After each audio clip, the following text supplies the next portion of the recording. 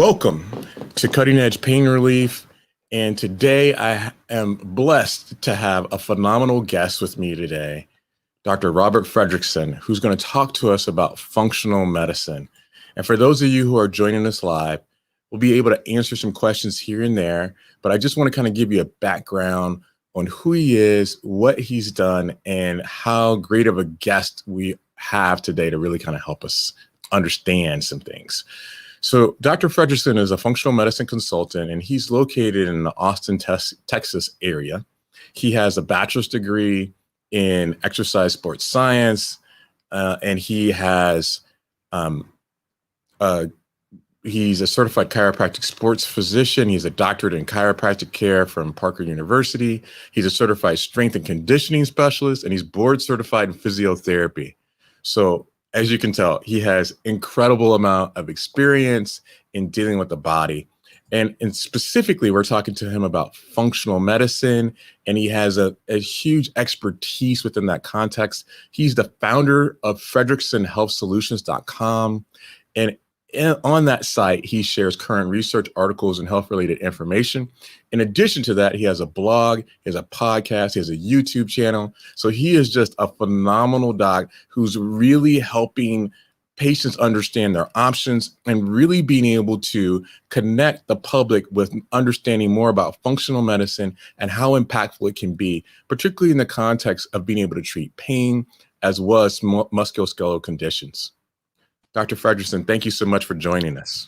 Hey, Dr. Landrum, thank you so much for that awesome introduction. I'm so happy to be here to share with your guests about chronic pain, functional medicine, and how to balance this with nutrition. So I can't thank you enough for that introduction again, and I'm happy to be here. Please, we are happy to have you. Thank you so much. Love it. Love it. So we're going to kind of get right to it. I know that I have a few questions already coming in from the audience, but I'm going to take front and ready stage, and we're going to kind of ask a few questions right off the bat. So let me just kind of pose this to you. What the heck is functional medicine? Can you explain that to us so that we can get an understanding about what does that really mean? Yeah, so I think now with the current state of the pandemic and what we know now with how your health impacts your immune system, how your weight impacts your immune system. So basically what functional medicine is in a condensed version is so many people go to the doctor, they go to the primary care, they are typically seen for an average of 5 to 7 minutes. And usually they might have a long health history, but the doctor doesn't have the adequate time to meet those needs. So they usually will, go over a prescription, maybe give them 1 or 2 things for lifestyle medicine, but they'll usually have, an aide or someone, direct that care to them. Where in functional medicine, it's a completely different approach. So it's really, it could be an hour to an hour and a half with the doctor. And when that doctor spending that much time with you, they are diving deep into all of your health concerns. They're doing, advanced lab testing, because a lot of times you go to the regular doctor, you say, hey, I don't feel good. And the doctor says, well, your lab results show everything's normal, quote unquote normal. I don't know why you're feeling bad, right? So they might refer you to somewhere else. They might, say, hey, I don't know what's going on, but let's try a different medication. The other one's not working, right? So, but in functional medicine, it's a little bit different. They look at lab ranges a little differently. This is a fun fact I like to share is, do you know how they do lab ranges in particular and how they make those reference ranges? Well, they measure sick people's labs and they put that all in one lump sum. So they might say, here's all the people that came to LabCorp requests. And based on these people's lab results, which most people are sick that are getting lab results done for the most part, right? And then they clump all these people together. So you might have a lot of sick people whose ranges are a little bit different than the optimal health, which is going to be somewhere a little bit narrower and somewhere more in the middle. So that's the functional medicine does say, hey, you don't feel good. And even though that your labs are quote unquote normal in the conventional model, when we look at it, really precise, narrow range, you're actually on the low end of this, or maybe you're on the high end. Maybe we need to tweak a few things here. Maybe we should look at the way you're sleeping, the way that you're moving, the way that the foods that you're eating and how they're impacting your health. How's your stress level? What is that like? Why do you only get 4 hours of sleep? Why do you only exercise once every 2 months? What's going on there? What's really the deep underlying issue. So functional medicine is all about the root cause, really trying to dive into why do you have the IBS? What's causing your body to flush out, to flush out your system? Why do you have unrelenting fatigue? Why do you have low hypothyroidism? What's going on there? What else could be contributing? So that's really what functional medicine is. It's kind of a groundbreaking new way to look at medicine. And a lot of new studies are actually coming out showing the benefits of functional medicine. So I think functional medicine is going to be here to stay. And I think it's going to be a leader the next 5 to 10 years for the way we look at people and the way we treat our patients. Hopefully that was a good enough explanation. Phenomenal. All right. So question for you. I mean, for many people, what they're passionate about is what they do well. And many times, even though this may seem a little bit cliche, it's about what's your why and how you kind of got there. So for you, how and why did functional medicine interest you, and how'd you get involved? Man, this is a really cool story, and I love to share it. So when I was in school to be a chiropractor, I was 100% focused on sports medicine. That's all I wanted to do. I had so many injuries growing up as an athlete in high school. I definitely, it ruined my college career. So I was very passionate about, injuries and sports medicine. So that was my whole focus. I went to seminar after seminar for sports, functional movement of, treatment modalities, CrossFit modalities, anything I could get my hands on to better myself, to be well equipped to treat athletes. Now, I did love nutrition. I did have an obsession with supplements, and I've definitely been taking supplements my entire life, but it wasn't as, big of a focus because it just wasn't, I didn't have that perspective because every clinic that I went to shadow was all sports medicine. And so, I was very fortunate, in my internship to be treating, a lot of hockey players, NHL hockey players, and to be actually on the rink in Dallas, Texas, with Dr. Joe Ford. And so I was actually got to be, landed my dream job right out of school with one of the major soft tissue companies in the Texas area. And so I was doing the treatment, loving every minute of it, doing a lot of, treatment with some of the local high school and college teams. And so I was loving it. And then, around year 3 to 4, I started getting my own chronic pain. I started feeling, didn't know why, I was a healthy 30-year-old, pretty athletic, I was playing basketball 3 or 4 times a week, doing CrossFit a couple times a week, doing it all, right? And running triathlons, all this stuff, right? And no one could figure out why I felt bad. And I was going to doctor, getting on pain creams, getting on NSAIDs, getting on this drug, that drug, trying injections, right? For my hands, my ankles, every part of my body was just screaming at me. And so I started just digging around, doing research like I do. And I was like, you know what? RA runs in my family. I want to get tested. No one has tested me for rheumatoid arthritis. I'm going to go to the lab. So I went to the lab, and sure enough, I had some markers that came back elevated. And then I went to go to all the rheumatologists. Like, no, you don't have it. You don't have it. We can't explain your pain. And I was like, you know what? Something is going on. And it got to about a year of dealing with this, treating patients, and it got to a point saying, hey, I don't know if I'm giving my patients the right care, because I don't feel myself, and I don't feel like I'm giving them the care that they deserve. So, divine intervention is my wife got one of her patients. She was telling my story to that patient, and they said, hey, there's a functional medicine doctor in Westlake, Austin, who's doing really cutting edge nutrigenomic testing. And I said, you know what? I've tried everything else. I'll go see him. And so I went to see him, and he was testing my genetics, and I thought it was woo-woo, right? Because I just wasn't that, familiar with it. And so then he started saying, hey, Robert, you don't methylate correctly. You don't detoxify correctly because of your genes. And another thing that was really interesting is, like, you have all the inflammatory genes. You turn on inflammation like really good, which can be good in some instances, but you have a problem turning it off. And I knew when he said that he was speaking my language, because when I sprain my ankle, it stays swollen, weeks and weeks on ends, and I don't heal as fast as you would think I would. And I do everything: stretch, foam roll, ice, all the things. Maybe I go back too soon in some instances. But anyways, this doctor got me on some methylated vitamins. He started looking at my detox protocols. I think I did a few glutathione pushes. I got on a medication, a low dose naltrexone for the inflammatory component. And within a week, Dr. Langer, I could make a fist, and I wasn't able to actually do that. And I could actually touch my toes. And it was the best I'd ever felt in a long time. And so then I just started diving into it, and I was really got interested in functional medicine at that point. I didn't know that practitioners could do this as a living, to be honest. And then I started looking at other practitioners that were doing it. And it got to a point where I started seeing patients, I was capped at seeing only 16 patients a day. And I said, you know what?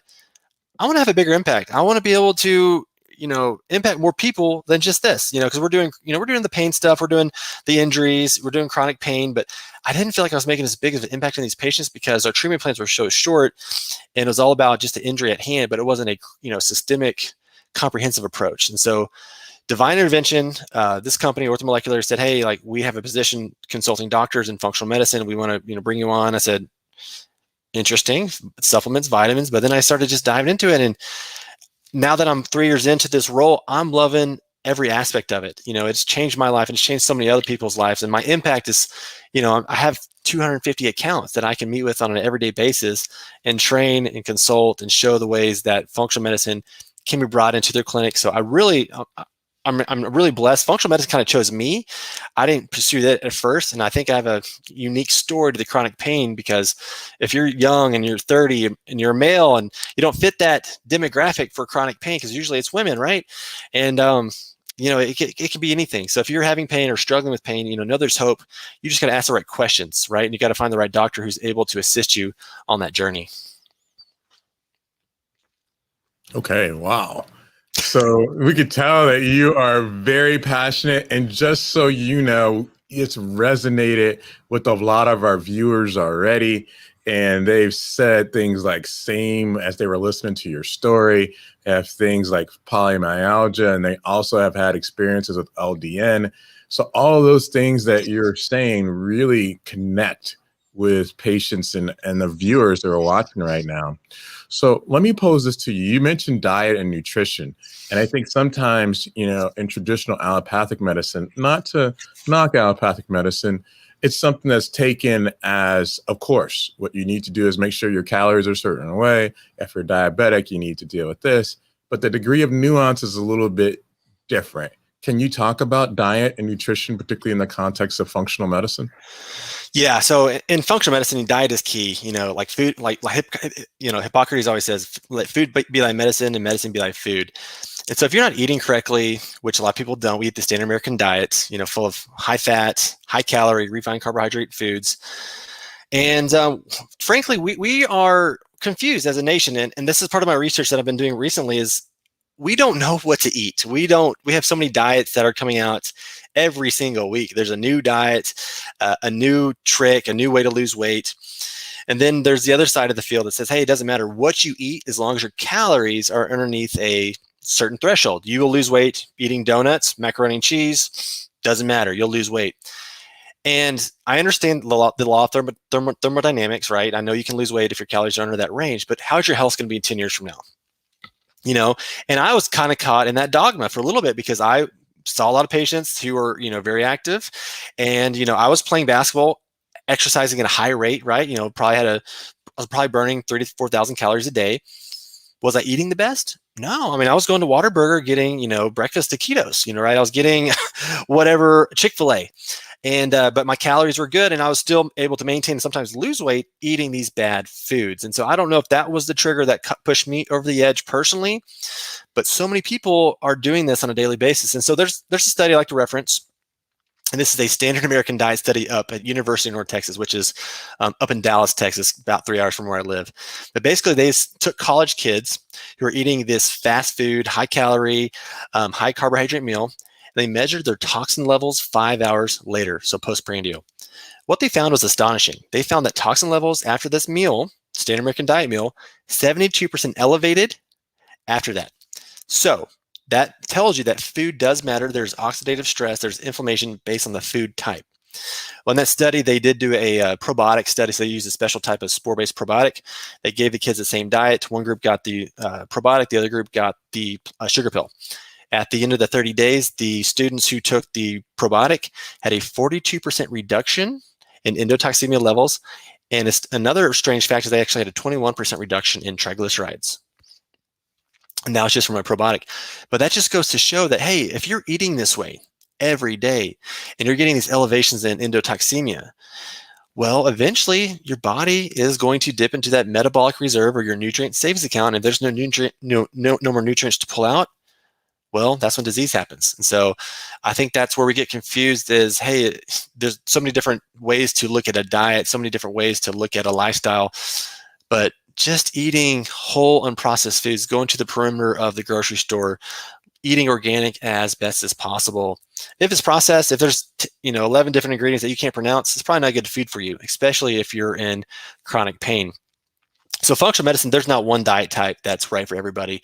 I mean, there's genetics you can look at to determine, hey, are you a good candidate for a Mediterranean lifestyle? Or are you better suited to digest vegetarians? But a lot of functional medicine is questions in history. Like, hey, what did your parents eat? What did their parents eat? What was their weight like? And so just by getting those questions, you can say, hey, you might have more, upregulated enzymes to be able to break down more protein or more fats or more vegetables, right? And so, but I think the Mediterranean lifestyle is probably the most researched, the most studied diet for being anti-inflammatory in nature. And on the point of this is, or another point of this is, there was a study looking at the 4 major diet types per country. So they looked at India, they looked at China, they looked at the US, and I can't remember the other one. But what was really interesting on the study is when they looked at the oxidative damage and the inflammatory damage based on the country's main staple of food, we had the most inflammation, right? Because they chose for us cheeseburgers, French fries, and Coke. India had their staple diet was like rice, chicken with curry, right? And then China was like another, Okinawa type dish, fish and lean meat.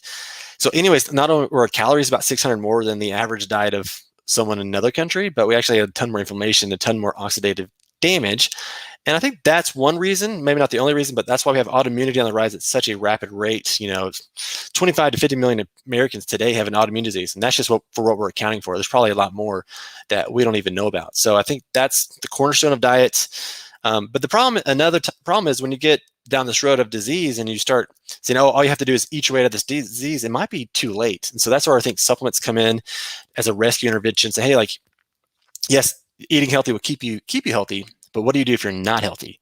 What can you look at that point? And so that's where I think functional medicine starts really looking at lab testing, what supplements to use, what specific pharmaceuticals to use in the short term. How can we be a team approach with other physicians, and how can we manage this case, and how can we get you on the path to optimal wellness?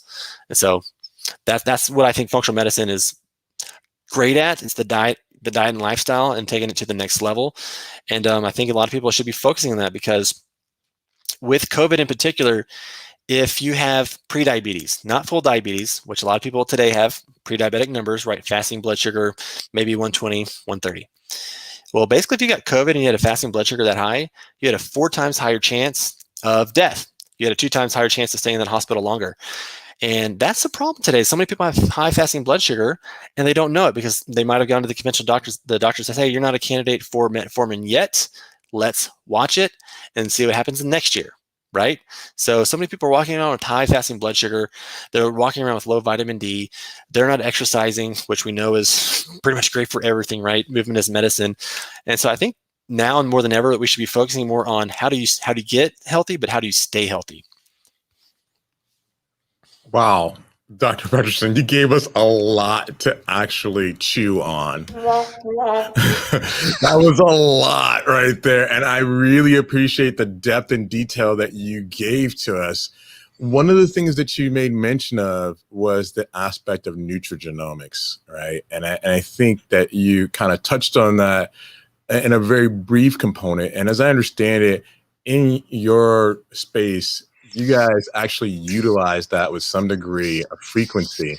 Can you talk a little bit about what does nutrigenomics really mean for the average person? And is there value to them to pursue something like that through you or through another functional medicine physician? Definitely. I love nutrigenomics. That's why I got into this field, right? So nutrigenomics is personalized medicine. So basically it's a genetic test. And the cool thing about this test is you only have to do it one time, because your genetics are never going to change, right? But what these tests can tell you as far as your needs for nutrients, for what supplements you do need to take, is say, hey, not everyone is going to be taking the same 2 fish oil a day recommendation. If you have genes that are indicating a high omega-3 needs, you might have to take more. Or maybe you have a SNP called VDR-TAQ, which is a vitamin D receptor gene, okay? So if you have that gene, which I have 2 copies, you're going to have a hard time converting vitamin D from the sun into its active cholecalciferol form. And so just knowing this gives you some more insight, or gives the clinician more insight into the patient's needs. It says, hey, you have a lot of inflammatory, issues. Maybe it makes sense for your exercise routine to have a rest day on Wednesdays. Maybe you should work out Monday, Tuesday, mandatory rest Wednesday. Maybe it's mandatory, more fish oil. Maybe it's more glucosamine because maybe you have a predisponence to osteoarthritis. Maybe it's a connective tissue disorder. Maybe it's an inflammatory disorder.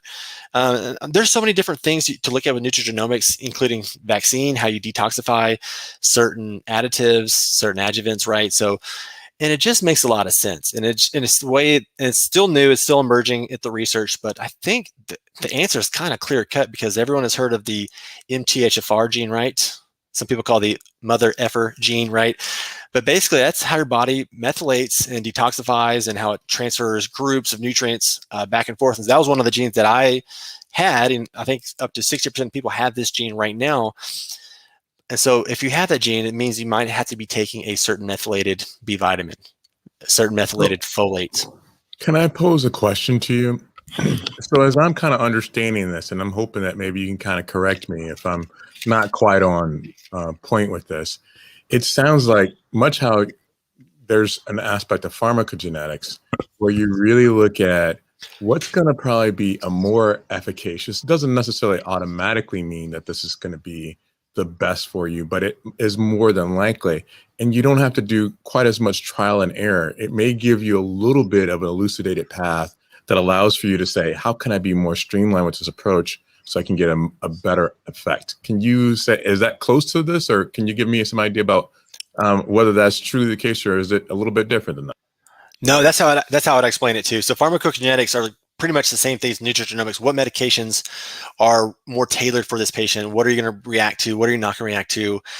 How are you going to respond if you have polypharmacies, right? If you have multiple medications in your body at the same time, what is that going to look like based on your genes? And so, yeah, it's personalized. It gives you some insight into how your body responds to certain things, but it's not going to take away the need for traditional lab testing. Based on the genetics, you can say, hey, that is why my vitamin D is low, even though I'm supplementing. That makes me know that I need to take more vitamin D because of that VDR-TAQ gene, for an example. Or maybe this is why you have more chronic pain than others. And so if you know you have that gene, you know that you can need to do more to support that gene. So maybe you say, hey, I know I have a preponderance to inflammation, so I need to eat more anti-inflammatory. I need to make sure I'm always taking my fish oil or getting fish in my diet, right? Or maybe I'm not detoxifying correctly, so maybe I should limit the amount of toxic exposures from the colognes or my natural products, my deodorant, et cetera, or my toothpaste that I'm using. So it just gives you some more personalized insight, similar to pharmacogenetics. There's multiple different tests that do both of those, right? And there's so many different things that you can do and choose, and there's even exercise types. There's another company that we've used in the past called DNA Fit, and this one was interesting. It tells you how you metabolize caffeine. A lot of people know how they feel on caffeine, but this one tells you clear cut, hey, you are either a fast metabolizer of caffeine or you're a slow metabolizer of caffeine. If you drink caffeine early in the morning and you're a slow metabolizer, you're going to be up all night. That's me. Some people, they can drink caffeine like at 6 o'clock at night and be fine. But everyone has individual differences. Some people are night owls, and some of these phenotypes will actually show you that on the genes. Some people have I love to run, right? I love to be long distance running. I think that keeps my weight off for whatever reason. But all my genes, when I did my DNA Fit, were all power. So it made sense for why I played, I guess, basketball and football when I was younger. And so that's just cool based on the exercise type that you should be selecting. So based on my genes, for if this is right or not, they said I should be doing more power, more CrossFit, more high intensity interval training. I'm probably going to have a better result for keeping on muscle and staying lean doing that than versus doing more endurance. But I still love endurance, so I mix those both in when I can. So the world of nutrigenomics is evolving. It's awesome. I think it's really good for just getting more tailored. We're getting more detailed nuance into your routine. So I'm all about testing, not guessing. So if you've been trying everything, all the supplements known to man, and nothing's been working for you, maybe you've got discouraged on the diet or lifestyle. Maybe you're just trying to find an answer. I think nutrigenomics can show you the path. Is, hey, you have an issue with fat. You can't eat a lot of saturated fat. There's an ApoE3/4 gene or 4/4 gene that actually shows that if you have this gene, you have a higher risk of Alzheimer's or dementia later on in life. But you can start modifying some things today to limit that chance of happening. So you can start eating less saturated fat, more, polyunsaturated fat, which are high in omega-3s, right? And you can start to prevent disease, which I think is another cool part of nutrigenomics as well. Okay, so we have a question that's coming in from the audience, and I think that they've kind of stolen right out of my mouth. And so one of the things that they asked is, so what's the best, and I would assume it's supplement/diet, to slow down inflammation that is very high for them? You Good. have, and now clearly there's probably a lot of variance from person to person. So that might be hard to extrapolate. But in essence, I'm sure there are different supplements that you might have a recommendation of, as well as kind of that diet context, like Mediterranean or something along those lines, that you think may be a good fit for most people. What are your thoughts, Dr. Fredrickson? Thank you for that question. That's a great question. So I would ask, what have you tried before? What's worked? What hasn't worked? What has made you feel the best that you've taken? And so Mediterranean lifestyle is, probably one of the best diets you can do. But just eliminating food triggers, like I like to do a food elimination diet, 7 to 14 days for most people. Say, hey, mark down your foods that you've eaten and see how you feel. For the most part, you're going to take out one of the major food triggers like gluten or dairy or grains, and you're going to see how you feel after that. How does your pain feel? How does your inflammation feel? Maybe you're checking, objectively, you're looking at CRP levels, you're looking at ESR, you're looking at some of these inflammatory markers. But sometimes you don't have the luxury of taking these tests all the time. So you just need to see how you feel with a food log, or maybe supplements like turmeric, right? There's so many different turmerics out there in the marketplace. What turmeric makes you feel the best? What chondroitin sulfate makes you feel the best? What collagen makes you feel the best? And there's a tons of different nuance, and there's definitely some supplements that are a lot better than others, which we might talk about here. But for everyone, I think anti-inflammatory diet, getting movement every single day, right? Movement has been shown to lower blood sugar, it's been shown to lower inflammation. Doing stuff that you like to do with your kids, getting your stress levels under control. If you're stressed all the time, you're gonna fire your HP axis, which is gonna fire some pain centers in your brain. It's going to make you more likely to have more inflammation based on if you get an injury. And so inflammation and pain is complex, but I think the best way is to start with your diet and lifestyle. Use supplements, high quality research-based supplements when needed. But again, I guess I'll talk about the foundational nutrients real quick. So in my opinion, regardless of what diagnosis or age or what else you got going on, and you're trying to maintain wellness in addition with your lifestyle and with your diet, you're looking for some supplements to take, here's my recommendations. So it's a high quality multivitamin just to ensure you're not getting any nutrient deficiencies. Also magnesium. Magnesium is probably the one I talk about the most on my blog and on my videos, but magnesium is a cofactor for over 300 different biochemical enzymatic changes. And I think it's actually grown to over 600 since the last time I checked. So it's growing on the amount of precursor that magnesium is good for. Then of course, vitamin D, high quality fish oil to make the omega-3 to omega-6 ratios balanced. And then a probiotic to maintain gut health, because 80% of our gut health is located inside of the GI tract. So hopefully that answers some questions. I know I'm being kind of broad here, but. No, you're great. And so I just wanted to kind of add for our viewers, those of them who want to kind of delve into this and get more connected, they could easily be able to find a lot of this on your YouTube channel, because you make mention of magnesium and you go into the context of why there's value there, how it is able to help, and you're able to talk about multiple different the top pieces that you just mentioned and give people an understanding of how impactful it can be for them. Exactly. Yeah. Thank you for that plug.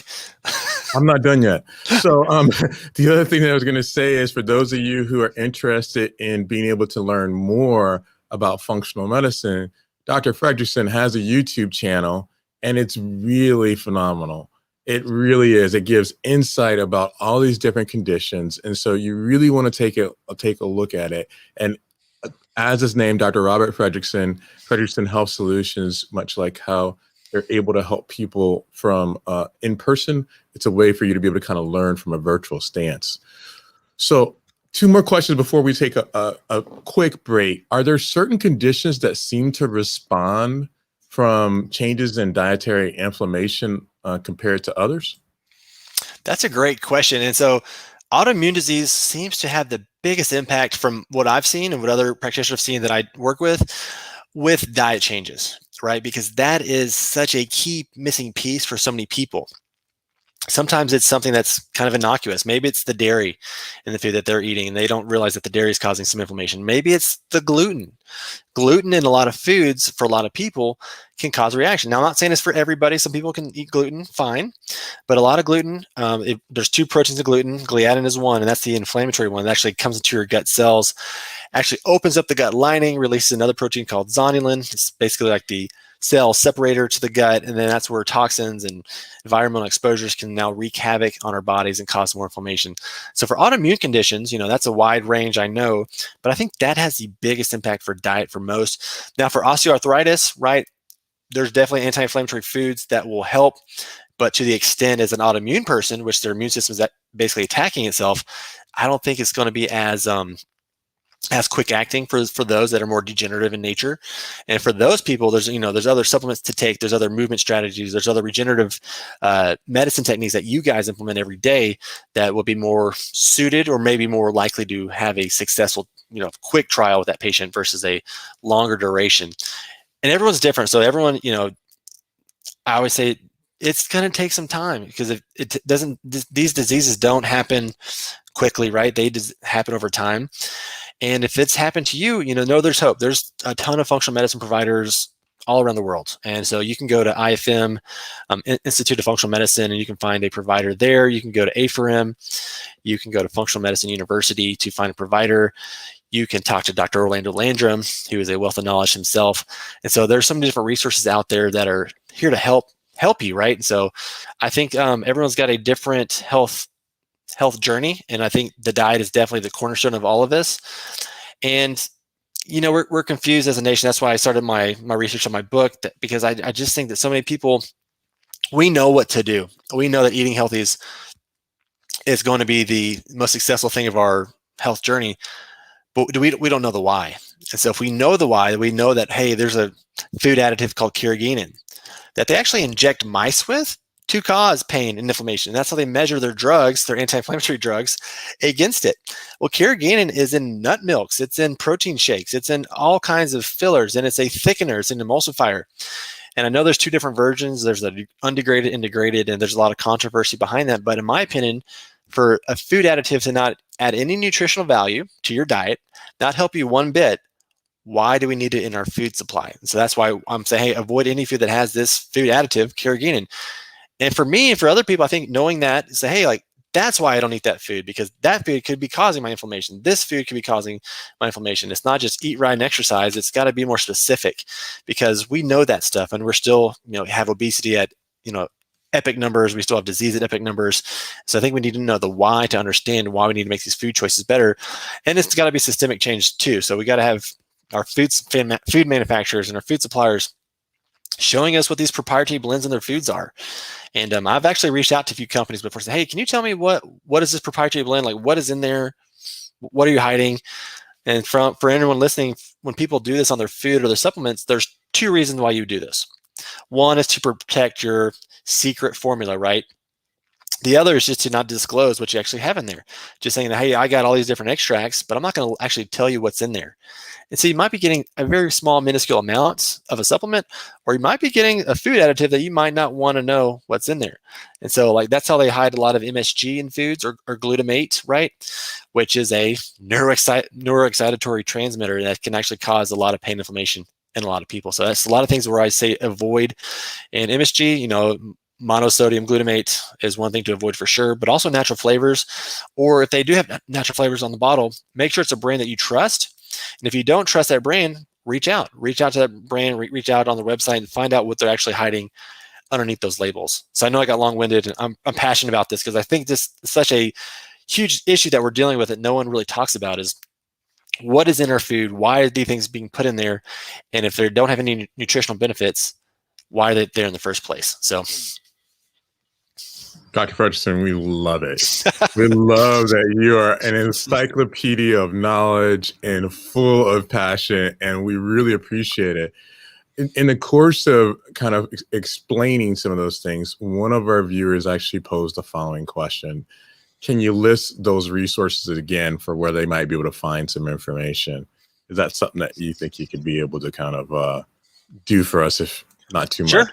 Yeah. Perfect. Yeah. I'll try to post it or send it to you later so you can post it in the show notes. But yeah, MSG, glutamate, carrageenan, food additives that are causing some pain and inflammation. So those are some things to look out for sure. But I'll send you some research links as well. Okay. And if it's this one, I think might be a little bit of a challenge, but I'm not so sure. So what's a common myth about functional medicine, and can you debunk it? So this is a good question because functional medicine is still considered alternative, right? But I'm a chiropractor, so I'm considered alternative by law. So I'm used to this question. So a lot of people think when you go to functional medicine that they're going to run a ton of different tests on you, and you're going to be on a ton of different supplements, and you're going to have to do everything completely. And they're going to tell you to get off the medications that your doctor put you on, and they're going to be completely different. So I think that's a myth because a lot of functional medicine providers, they want to work with your conventional doctor. They don't want to replace your primary physician. They want to work in conjunction, right? And if they don't need to run every test under the sun to know what's going to work for you, they might start with something as simple as a food allergy test and see what foods are reacting to you. Maybe you don't need to be on every supplement under the sun. Maybe they're going to say, hey, we're going to select 3 or 4 supplements to start you on at first. And if you're not feeling better in a month or two, we might switch, we might pivot. So there are, just like with chiropractors, there's chiropractors that treat one way, there's chiropractors that treat a completely different way. There's functional medicine providers that might have given people a bad rap, or maybe they're more of a supplement store and they're just trying to sell a ton of supplements and not really change the outcomes of their patients. But for the most part, I think most people got into the functional medicine field to help people get better, to help people get better outcomes. And I think a lot of people have maybe another myth is that people think functional medicine isn't going to work because there's no science behind it. And there's actually a ton of data on these supplements, on these diets, on the outcomes of patients that also help as well. So I think there's actually a couple myths there. Okay. Thank you so much. We're going to take a quick break for just a second, and then we'll be back to ask a few more questions to Dr. Fredrickson.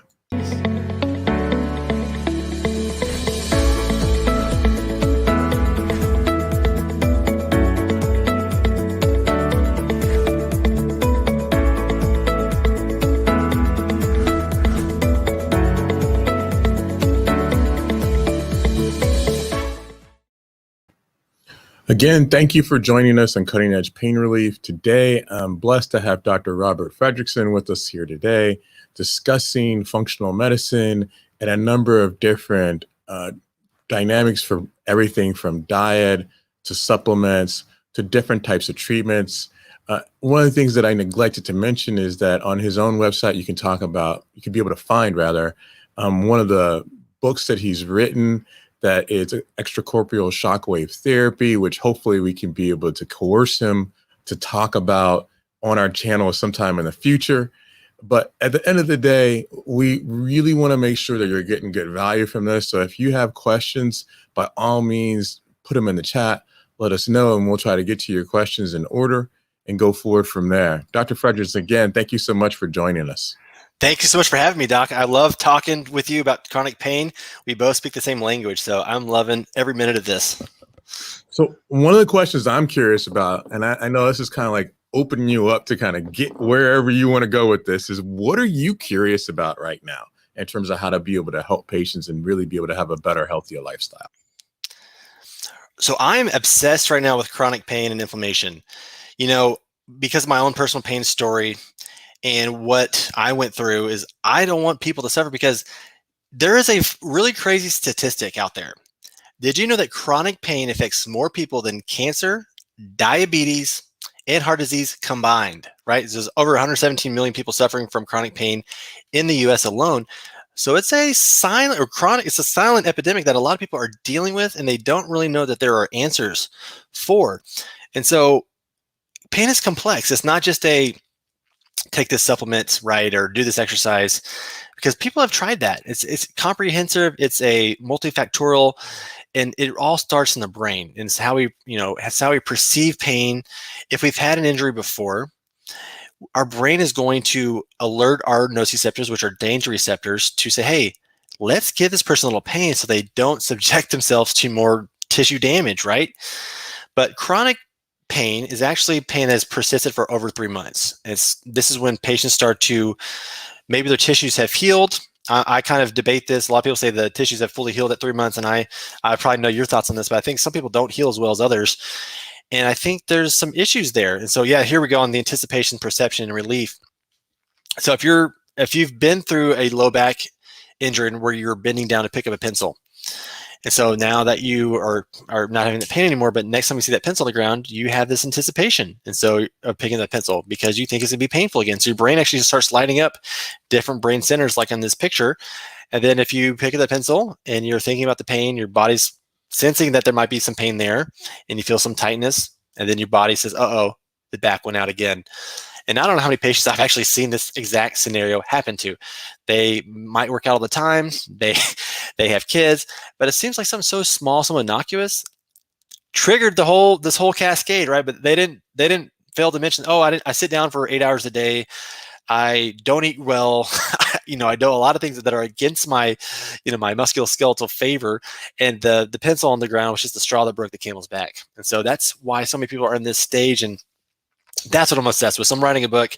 I don't know what's going to come out, but it's going to be all about the chronic pain solution. The title is to be determined, but it's all about a multifactorial approach. I'm going to feature sports medicine, movement techniques, stress relieving techniques, nutrition techniques, of course, what supplements work, what supplements may not be, the best for your condition.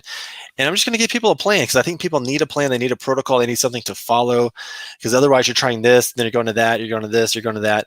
But if you have a solid plan that shows you, hey, this is how to walk through this pain, to understand pain, and to also get educated on why you're having this pain in the first place, you can actually calm down some of these pain signals, right? So my son is one, my baby is one, and he's got an ant pile. And he got stung probably 30 to 40 times, whelps all over his legs. He didn't cry once, okay? And then my 4-year-old gets bit by one ant and he's screaming bloody murder, right? And does he have a higher pain tolerance or lower pain tolerance? Well, my 1-year-old, that's probably the first time he actually got bit by those ants. And for whatever reason, his brain didn't say it was a danger. Obviously, we were freaking out, because have our 1-year-old bit by so many ants. But pain is so complex. And this is something that I've learned over time. When I first got to practice and my patients would tell me about their injury and I'd, go through the history, I'm like, this injury just doesn't look that bad. It doesn't correspond with this super high pain level. Why is that? Well, that injury probably happened before. Their brain already had, some anticipation to that pain. Something triggered it. And now their pain levels were through the roof, but they weren't actually corresponding with the injury itself, to my understanding, at that point. But now I've evolved. My thinking has, I think, got more clear. I'm still learning every day to improve, but I think pain is one of those things that I'm fascinated with. I'm fascinated with the neuroscience behind it. I'm fascinated with the inflammatory components. I'm fascinated with why some people heal better than others, what we can do about that. When you are in my podcast talking about regenerative medicine, that's something I'm hugely into, and how we can get more people to look for these types of answers and not go to surgery. And here's a study I want to reference. I'm sorry, I'm going all over the place, but they looked at a study with low back patients, and they found that, I think it was so out of 400,000 patients, or maybe it's 40,000 patients, 10,000 of those patients had back pain and they got an MRI. If you got an MRI early, you are 13 times higher. You have a 13 times higher likelihood that you will get back surgery based on that MRI, right? Because they get MRI, they show a disc herniation, or they show, some stuff that's kind of normal. It's kind of normal as we get older, right? But if they see that picture on the image, they think, uh-oh, I got to get surgery to fix this. Where a lot of people don't realize that 85% of low back pain is non-specific. Meaning we can't pinpoint a certain piece of anatomy to show, in some regards, you might argue with me in that one, but we can't actually show what's actually causing that pain. And so if these patients would have not opted to get the MRI and started trying more conservative approaches, right, more stretching routines, more physical therapy, chiropractic, regenerative medicine, of course, they could have saved themselves from going through back surgery, which we know has a lot of complications, right? And it should be a last resort for a lot of people. So some people just want to get imaging just to figure out what's going on with them. They think, oh, this pain's not normal, let's do an imaging, right? Well, based on that study, if you get that study and you see that, if you see that disc herniation, your brain starts perceiving structural damage, you're going through all these things, your pain actually gets heightened at that point for a lot of people, and then you get surgery, you're more likely to. So I think that study is pretty interesting. What do you think about that, Doc?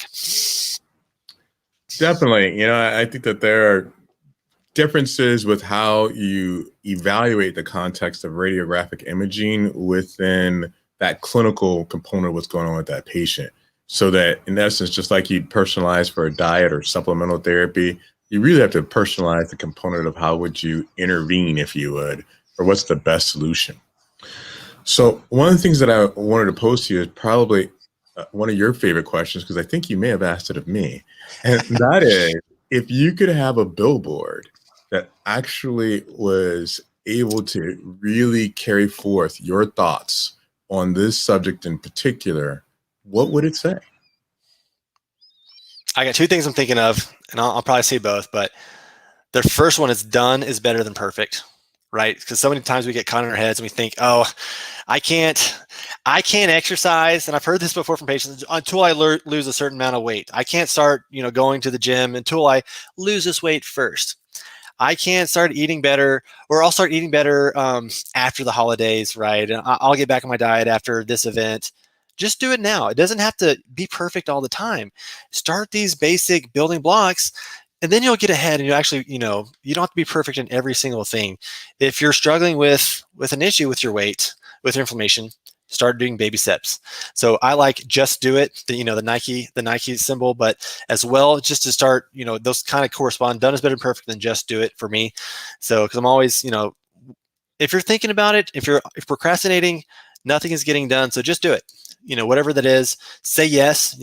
I like to say yes as much as I can, unless it's something that is going to personally take me back. So saying yes to a lot of people, being open to opportunities, being open to new health alternatives, for your own health, can make such a huge impact. So if you have a negative mindset about something, say if you're telling yourself it's not going to work, you're setting yourself up for failure. So if you need to be open-minded about some of these therapies and say, hey, I think this diet change could be this thing I'm lacking. Maybe I haven't been eating that well. Maybe I've been procrastinating going to the gym because I think I need to lose weight first, which is crazy.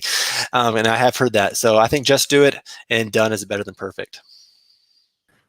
Okay. As we start kind of landing the plane, one of the things that we want to make sure viewers really have a good handle on is, where can they find you?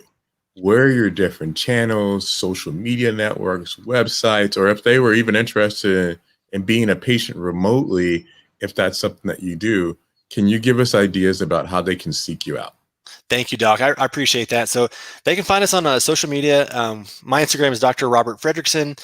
Our clinic Instagram is Fredrickson Health Solutions, which me and my wife both run together. Our website is Fredrickson Health Solutions. YouTube is Dr. Robert Fredrickson. Then our TikTok is Fredrickson Health. We post a lot of educational health videos on there. We don't dance. We can't dance, so don't ask us to. Now, hold on a minute. If we got a few steps out, I'm sure we can lay like the footprints down and we can make that happen for the two of you. I mean, you guys look like you are like really quite capable and photogenic of being able to make that happen. I'm pretty sure that we could be able to get something going on there. I'm telling you, I cannot dance as good as you, Doc. That's a fact. So that's no cap, as they say in TikTok land. But anyways, yeah, people make fun of us for how we dance, and we're always the life of the party at weddings because we're such bad dancers. I am a bad dancer, but I have fun. So yeah, one of my podcasts, I also run a podcast called the Fredrickson Health Show, which Dr. Landrum was my last guest on, which anyone listening should check it out for sure. And yeah, so we had another podcast with a TikTok legend, another guy who showed me the woe, which is kind of embarrassing. But anyways, yeah, so all my social platforms, usually Fredrickson Health Solutions. If someone is looking for, natural pain relief and some diet advice, nutrition advice, we have a website or a scheduling website called painfix.janeapp.com, and you can schedule there with one of us. Okay. So if we're having this discussion 3 years from now, what would have needed to happen, both personally and professionally, for you to feel like things have gone successfully? Great question. So the book, I better be done in 3 years. Otherwise, I'm going to be pretty disappointed in myself. And if I'm still saying the same thing 3 years from now, I've probably done something wrong because the research is constantly changing. So I'm always looking to self-improve, to be up to date with the current research and the current insight. And also we want to grow our clinic. So we want to be able to, eventually our goal is, 3 years from now is to open up a more integrative team collaborative approach with different, schools of thought, different providers to able to offer more services to the community. So that's my goal in 3 years for sure. And of course, being there for my kids and being able to be with all of their school functions and the lively events. So that's my goal in 3 years, is to be constantly improving on myself and our business. Okay. I think one of our viewers really has kind of summed up how I feel, and I think how many viewers feel. And that is, thank you so much for all the information that you've given to us. I mean, it's been phenomenal. I think, honestly, we'd love to have you back if you have the availability. We'd really like to talk about shockwave therapy, what you guys use within your clinic, and maybe even some other topics that I think patients have interest in, if that's feasible for you. Dr. Landry, I would love to. It's been an honor being with you for this past hour. So I really appreciate the opportunity, and I'd love to come back on. Okay. Well, for some of those of you who just found us, we have a number of different resources for you to be able to kind of delve into. We have both a newsletter that you can be able to get some of our information from, as well as a YouTube channel that you can be able to find this video and other videos to be able to be saved and kind of referred back to. But what we really want to be able to do is to make sure that patients understand their options. And clearly, Dr. Fredrickson is really a healthcare provider that focuses on giving options that are valuable to the person, has it being personalized, and really being able to give good, effective outcomes. And we really do appreciate you joining us today. It's been an honor. Thank you again. Again, thank you so much for being with us.